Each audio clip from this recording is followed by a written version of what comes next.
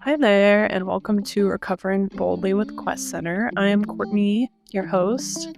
This is a space where we celebrate real stories of resilience, healing, and transformation. Each episode, we'll talk with inspiring guests who share their journeys navigating mental health challenges, addiction, chronic pain, and more, offering honest insight and celebrating the courage it takes to reclaim hope and live boldly as your authentic self. A bit of background on Quest Center. Quest is a nonprofit health center based in Portland, Oregon, with a mission to provide integrative healthcare services, community, and education to all people seeking a wellness-focused approach to living and dying. Our programs in HIV services, substance use recovery, chronic pain management, mental health, acupuncture, and holistic medical care recognize that each person has a unique journey to healing. In addition to offerings like individual and group therapy, our programs take an integrative approach to wellness, including elements such as peer support, wellness movement, nutrition, and at the heart of it all, community. If you'd like to learn more about any of our services or how to get engaged, please visit our website at www.quest-center.org. And I do just want to give a quick content warning before we begin. There are mentions of drug use. I'll be linking some resources in the show notes, and take care of yourself. I'm excited to welcome Roger to the podcast today. Roger used to work here at Quest Center, but has since moved to working with Multnomah County. So it's really nice we still get to see Roger pretty regularly as he's still in the field. So without further ado, here is Roger. Right. Well, welcome, Roger.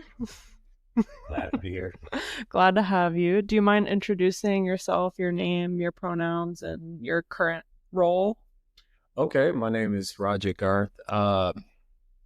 I really don't do the pronouns thing, but if I had to, it'd be any, he, him. Mm-hmm. My role, I work for Multnomah County. Okay. And I am Consumer Engagement Coordinator for the Office of Consumer Engagement. Nice. And the Behavioral Health Department. Okay. In the Health Department of Multnomah County. So what does that look like exactly? Like, what is your day-to-day there? So what we do, our office is made up with people with lived experience, either with mental health or substance abuse. Mm-hmm. And what we do is we help change policy on a county level around addiction and mental health. And also we help facilitate different groups within the county, like the Behavioral Health Advisory Council. Okay. So we help run that. We also help support the Behavioral Health Resource Center, BHAC.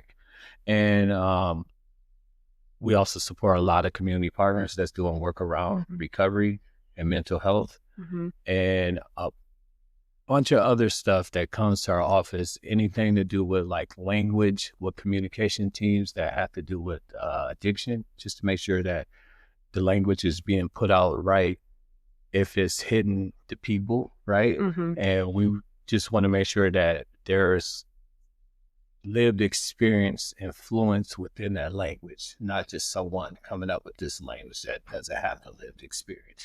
So you mean when you're talking about addiction specifically? Yeah, yes. Yeah, exactly. Yeah, that's really cool. Yeah.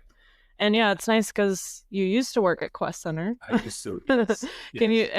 Can you tell me what your title was here and what your role was like? So I was a recovery mentor, and it was a really cool role because it was a program they just launched, the TRI program. And it was a program for outpatient treatment with African Americans that was teamed up with Miracles Club, which I started with Miracles Club. Okay. And then, Miss Julie Mines over at Miracles Club pulled me into her office. I thought I was in a lot of trouble. She was like, I need to talk to you later. I'm like, all right. So I had to go the whole day thinking that I was in What'd I do? And she pulled me to her office, and she asked me some important questions. She asked me, for one, like, how do you feel about the LGBT community, right? And I was like, I have no problem. She was like, do you work well with them? Like, she was asking these questions to set up, make sure I was the right fit to come to Quest, right? Make sure I didn't have like no bias, opinions or feelings, right? And she was like, well, we think you'll be perfect for this position that's opening up over at Quest. Would you be interested? Nice. And so after like interviewing with Quest and knowing some people that work here, and like I did my own investigation with people that worked here in the past, and it was just like, man, that's a great organization to work for. And so I ended up taking the job, and it's really cool because I got to work with some clients hands-on. I don't want to say clients, but participants, right? I got to work with them hands-on, and I got to do some classes with them. Like I got to actually come up with my own curriculum. Like self-awareness classes. How do we get through these certain problems? And I got to incorporate some of my recovery into those groups that I was running. So it was a really cool position. I got to take participants to meetings. I got to do things with them on the outside, and I got to hang out with them one-on-one and just be the example of my recovery and show them how recovery's done. And I still see some of those participants in the different recovery spaces is doing well. That's really cool. Yeah. Was that working with Miracles Club? Was that your first time working in the recovery space? It was. I was just telling this to someone yesterday, like my journey, how I got here. I remember when I got a business that I run, and I remember like a few years ago, I was doing this business and I was just like not happy at all. Like I felt like I need to be doing more in life, right? And I knew that I wanted to help people. I just didn't know how to get to it. So I started applying jobs at the Portland public schools. Like I was like, all right, I'll go work with kids, right? And so that process happened, never got no calls back. And a friend I'm in recovery with, he's like, man, I think you'll be a great recovery tool. And then another friend was having like this certified recovery mentor like training. It's certified, right? So I went to go do that, and then I applied at Miracles, interview, and got the job, and then now I'm at where I'm here. You are. That was the start of it, and that was very rewarding because I got to work with some African American men. I was working with the man's house over there, and it was rewarding because I seen a lot of them in me, right? And we had guys that that was navigating through the prison system, guys that was navigating through being houseless, and some guys was just trying to figure it out, and they all had the common denominator addiction problem, right? And so there was challenging moments, but what I was able to do, I was able to learn more about myself, but I was learning how to navigate through systems and show them how to navigate through those systems as well to enhance their recovery, just to give them a better chance of staying clean for a day. What are some of the things that you encountered for yourself, like going through recovery and having to navigate these overarching systems? Like, what have you found that's been really helpful? What's really good is that I made sure that I made my recovery program even stronger. Because a lot of people, and I'm not saying it just didn't work for me, but a lot of people will use this recovery work as their recovery, right? So I had to make sure that I had a support group outside of like doing this work. I had to make sure that I went to meetings that none of the participants went to. And I had to make sure that I was able to have a safe space to like process things when work got hard, because you can really get like passion fatigue for sure. This work. Yeah. And so I had to separate those two. And I believe that kept me balanced. Yeah. Yeah, true. Yeah, you got to take care of yourself to be able to provide care. So that was one of the things that actually some people that's in this industry that was like mentors to me, told me like, hey, make sure you separate the two. Yeah, that's so important. I can imagine. Where are you from originally? I'm originally from Michigan. Okay. So, lived all over Michigan. I was born in this town called Saginaw, Michigan. Very small town. A town based on a lot of automotive plants like GM and Ford back in the day. And then we moved around a lot. I grew up in the projects, and then at 13, we moved to the western part of Michigan, to Grand Rapids, and that's where I finished high school. And then I went off to college for a year, but that didn't pan out. And then I moved out west to Colorado. So like I lived in a bunch of different places. Yeah, totally. Yeah. Funny story. I love to tell this story. I remember when I got in recovery and I was like trying to clean up everything, right? And I did a credit report, right? So I was trying to clean up my credit, and my credit report had like 22 different addresses. Oh my God. Though, right? And it's like, where do we find? Yeah, I was going down memory lane, like, oh yeah, I remember I lived there. Oh, I forgot I lived there. Oh, I remember that person let me live there and use their address. Like, it took me down the memory lane. And what's so special about recovery, I like to relate these two, is because this is the first time I ever been stable in my life, like completely stable. Haven't lived with anybody, been able to take care of myself, have been able to pay my bills, not run from any problems, right? This is the most, like, the apartment that I just moved out of before we got the house in Washington County. I was there for 4 years, and that's the longest stability I ever had in my life. That's like awesome. Even before, like, I became an adult, like, we always moving. Like, I went to like 8 different elementary schools, 2 different middle schools, 2 different high schools. So there was always some movement. So recovery has allowed me to have the most stable life I ever had in my life. Yeah. Do you feel like that instability kind of contributed to like wanting to use, or just? You know what? No, I mean, it played a part. Yeah. Like that. I like to tell people that at a very young age, I wasn't getting the love poured into me that's important to a child, right? From the people that you want to take care of you, right? Yeah. So I really believe that my spirit was broke at a very young age, right?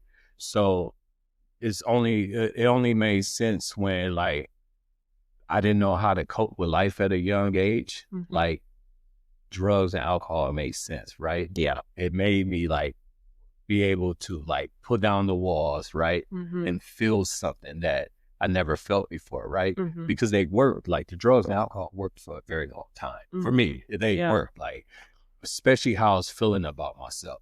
So that feeling I chased for a very long time. So, that could have played a part in it, but I believe that my spirit was broke at a young age, and filling that void of my spirit being broke with alcohol and drugs made a lot of sense. And it sort of built this tribe that I was looking for too at a very young age, right? And I talk about how I started off, right, with a lot of different friends, right? We all got together, we smoked our bud, we went out, we drank, this and that. Was like a lot of it. But at the end of the road of my addiction, it was me locked in a bathroom by myself, looking in the mirror like, what the hell happened? No one around. Now I don't trust no one. Yeah. So, like, one thing about addiction, it will isolate you. And I got to look at that journey from the beginning to the end. And now, back sociable, got a tribe, a healthy tribe, like-minded tribe. And I get to contribute to the community that I touch. Yeah, I mean, I feel like that's such a huge part of what we do here, is trying to build in community to all of our services. So important. So important. Yeah. Yeah. So did you start using at a pretty young age? I remember I had my first hit of weed I remember my sister had a New Year's Eve party, and I'm going to take that back. I remember me and this other kid, we got a hold to some rolling papers. I must have been like 7 years old. Whoa. Yeah, 7 years old. Like, where I get this from, right? From the people that should have been taking care of me. But anyways, I remember we rolled up some grass, like real grass. That's how you do it, right? And I remember, I think we tried to smoke it, but technically, I had my first alcohol and smoked weed when I believe I was 12 years old.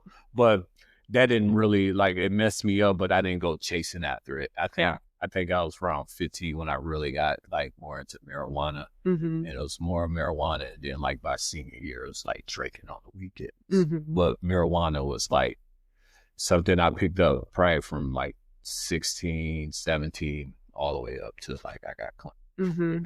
And when did you get clean? I got clean. So I got 4 years, 6 months, and 14 days. So Wow.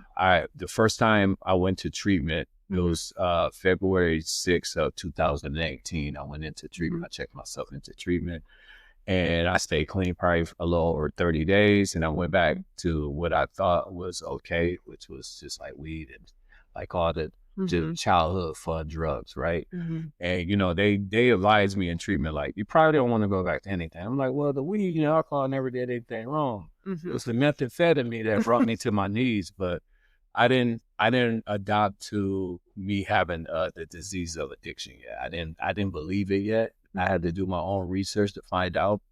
And so what happened was I went in and out of recovery for 2 years to realize like, all right, maybe I should not do anything. Like maybe I should give up everything and really try this program, the 12-step program that I do. So I gave up everything, and it's been good since. And so I believe in 100% abstinence from all drugs. Yeah. Yeah. Mind-altering substance. Yeah. What, like, in addition to abstinence, what have been the things that have kept you in recovery on your journey? Is it like community groups? Yeah. So I'm part of the 12-step meeting that you know, I follow my tradition, so I won't name that 12-step program. But I'm really, they're the ones that deal with drugs. How about that, right? So like just really getting involved with that fellowship, getting like the sponsor, like working the 12 steps, being a service, right? And then helping others, like that keeps me in the middle. So it's hard for me to fall off if I do those suggestions that they tell us to do. Yeah. And so, and what has happened since I've been doing that, I've been able to fill in those voids I was talking about. I've been having since a child. I've been able to fill it in with something good, right? Yeah. And it's just kept me more involved. And now, like, the hope that they gave me, I'm the hope to others now. And it's just been, this journey has been wow since I started, but it's been so worth it. And, and if I finally found like this universe and this higher power, the Most High, that I still don't know how to quite identify sometimes, but I know it's there. It has definitely given me my purpose, and it's been really cool, worthwhile.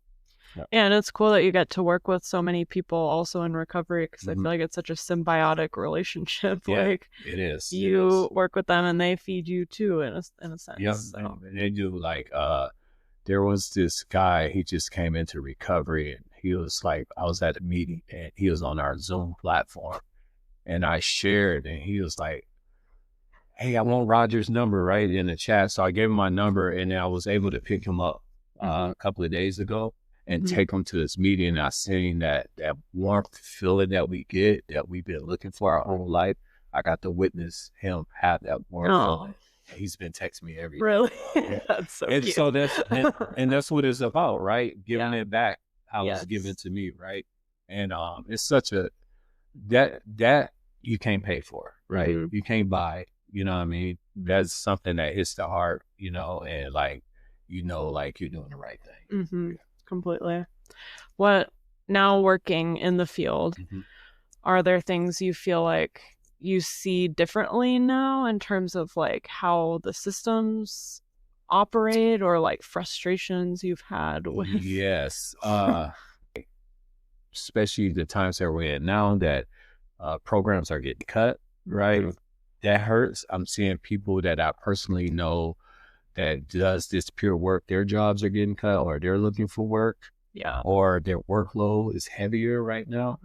It's hard because right now resources are tight everywhere, but the need is still there, and it's only growing, you know? And so it's like, what can we do within the means that we have? But I think the really beautiful thing is I've seen so many community-based organizations come together and still just try to work together and so beautiful too. What can we do with this limited? To see how like some of the Black and brown indigenous communities are coming together to help support each other, it's been beautiful. It is. Like I was gonna ask you, have you had experiences working with people who've then relapsed or like Oh yeah. fallen back. And what is that like? How do you deal with that? How do you work through those feelings for yourself? You know what? That is an emotional roller coaster because you want people to get this so bad, right? I have witnessed people that relapse and never made it back. That's one side, right? They die. People die from relapse. I've seen people relapse and came back and their mental state has been the same, or it takes some time, right? Their mental health, right? And I've seen some people that relapse and the relapse is what they needed. Now they tuck off, right? Yeah. So what I know is I had to learn early on that it's part of the game, right? And not to take it personal, because I was that person to relapse and I had to like come back and want it. But also know that like share my experience with relapse, or share the experience that I got to witness other people relapse. Like some people don't make it back. Some people use drugs. They think they're getting something else, then they end up dying. Right. Some people go back and just mental health, they come back and they're stuck in a psychosis for months, years, right? So these are the challenges that you're facing if you go back and relapse, right?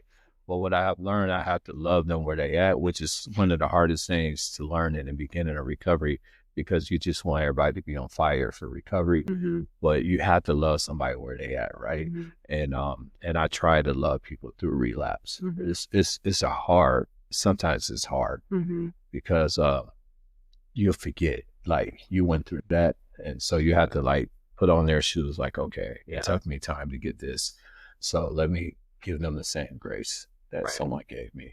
Right. But relapse is one of those hard ones. Yeah. It's really difficult.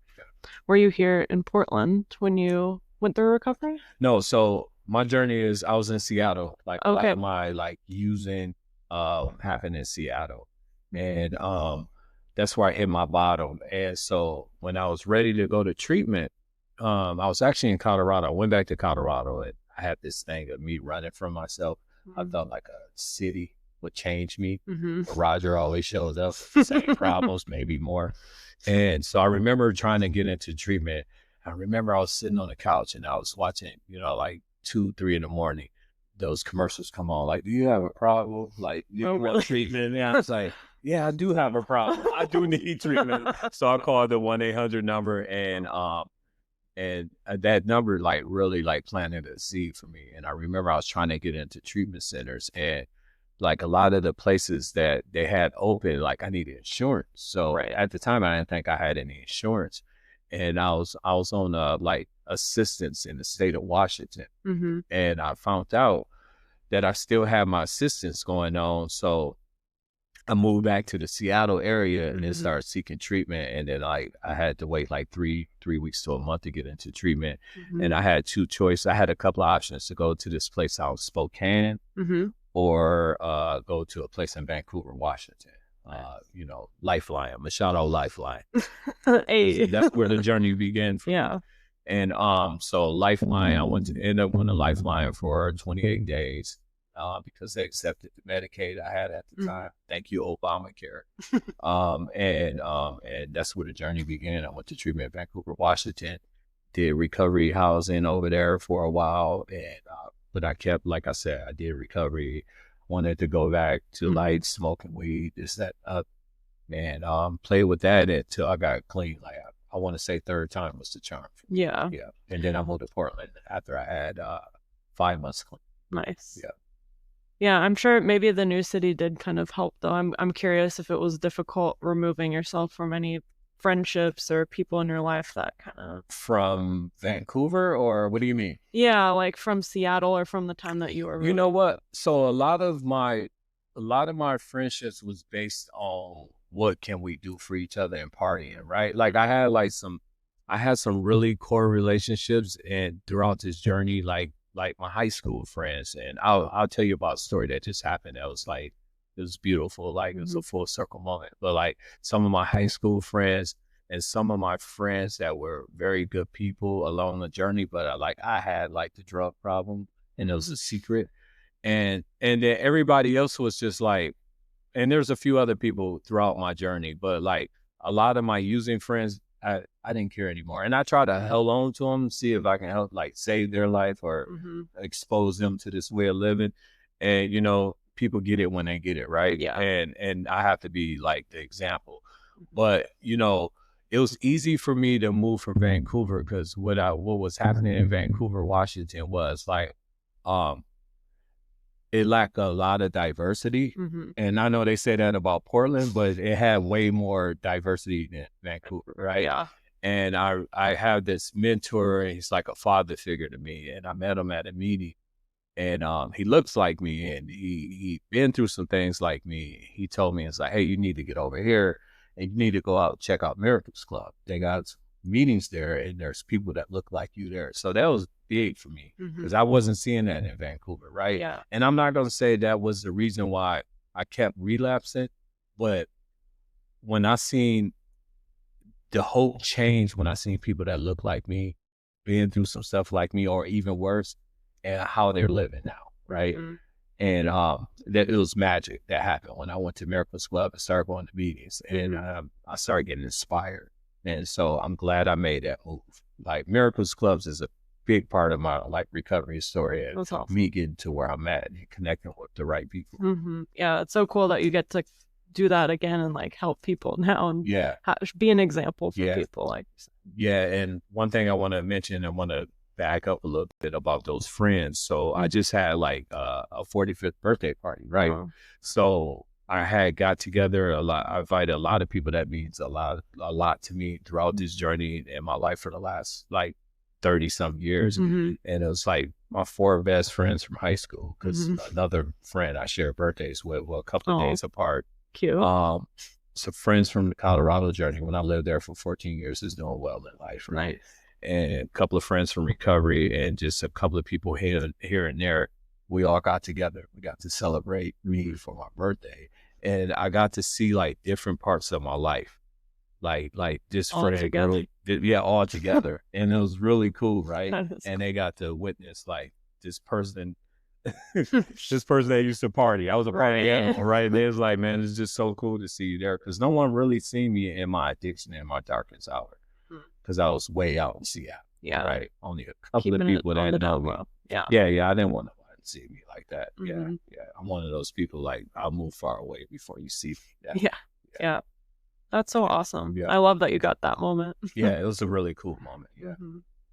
And then you've started your own speaker meetings. So I started, for the fellowship that I'm a part of, I started a monthly speaker meeting where I get 2 people to come share, a male and a female, come share their story and what the program has done. And it's been going on for 2 years strong. Amazing. And it's really cool, because I remember I had a friend of mine in recovery. He spoke at this speaker meeting they had before the pandemic happened. It was a huge speaker meeting. And I remember getting a hope shot, like, wow, this is powerful. People are telling their story. And so when meetings started, like, I got clean right when the pandemic was coming out, and meetings, people started meeting in person. They had masks on, and seats was, 6 feet apart. It was just weird, like meetings. But Zoom had blew up too. Right? So I came back into meetings, and then once like meetings start opening normally, I was like, man, I want to start a speaker meeting. So I got a group of people that was part of the fellowship, like, hey, can you help me put this together? And I found the venue, and that meeting is taking off, and it's like, people love it. Like the same feeling that I had at that meeting I went to, people have that meeting. And then, with your assistance, we started a YouTube channel, Life After Death speaker meeting, and we put all the recordings on YouTube. So awesome. And now we get to give people that message of hope all around the world, which is really cool. I think that's part of why I wanted to do this too for Quest, is because it's just such a great way to get to know people's stories and what makes them tick, and how they ended up where they are. So I think it's inspiring for people. On my way out, my partner. She was like, "Oh, you look good." I was like, "Well, I gotta look good because I don't know who we're gonna reach in the world." Right? Yeah. Yeah. Could be worldwide. Yeah, too. it could be. You never know. You never know. Yeah. Like, I hope this reach someone just inspired. I hope so too. That's my mission. One person. Yeah. I'll be happy. That's awesome. Yeah. Well, is there anything that I haven't asked you or anything else you want to talk? A couple of highlights I just want to say, like, like I come from a place where, like, my mother passed from like addiction, right? Not like overdose, but like the lifestyle that she picked, not taking care of health, she passed, right? And one thing that was big to me in this journey is, like, when she passed, I've been able to do some work because I had a lot of resentment and anger. Like, when you're going through this journey and like you keep like screwing up, or you don't get where you're at, you start questioning, right? And you usually want to blame someone, right? So I want to blame, like, my mother. And what recovery has done, it has allowed me to do some work on myself, and knew that, like, my mom suffered from this same addiction that I had, right? Which a lot of people don't come from, right? And the best thing I can do to like love her at her, like, her sickest moment, to realize that she did the best she could, and that was bringing me into this world. Aww. And that's okay, right? That's okay for me because I've been able to travel the world, right? I've been able to see 5 different countries, right? I've been able to help other people, right? I've been able to show up for my kids in a way I didn't think I was possible, right? And what I want to say, if you're thinking about recovery, or if you are in recovery, like, recovery people are some of the like most resilient people I know in the world, and they serve like the world, like you just can't explain it. So I'm grateful that I had a problem with drugs. I'm grateful that I made it to this journey because it gave me a calling and a purpose, and I wouldn't change nothing, absolutely nothing about my journey. And that just shows that I'm okay with me today, right? I don't get to run from me anymore. I get to just embrace me and embrace the journey that I have. Here you are, and I'm grateful that Quest got to experience having Roger and continue to get to experience. Exactly. Like, this place is family. Yeah, Completely. Yes. Well, thank you so much. Thank you for having me. I appreciate it. Yeah, of course. Yeah. Thank you so much for listening. If you enjoyed this episode, stay tuned for more. You can support us by leaving us a rating or a review, and consider supporting our efforts here at Quest Center with a donation at quest-center.org/contribute. Every little bit makes a difference. Thank you so much for tuning in, and I'll see you next time.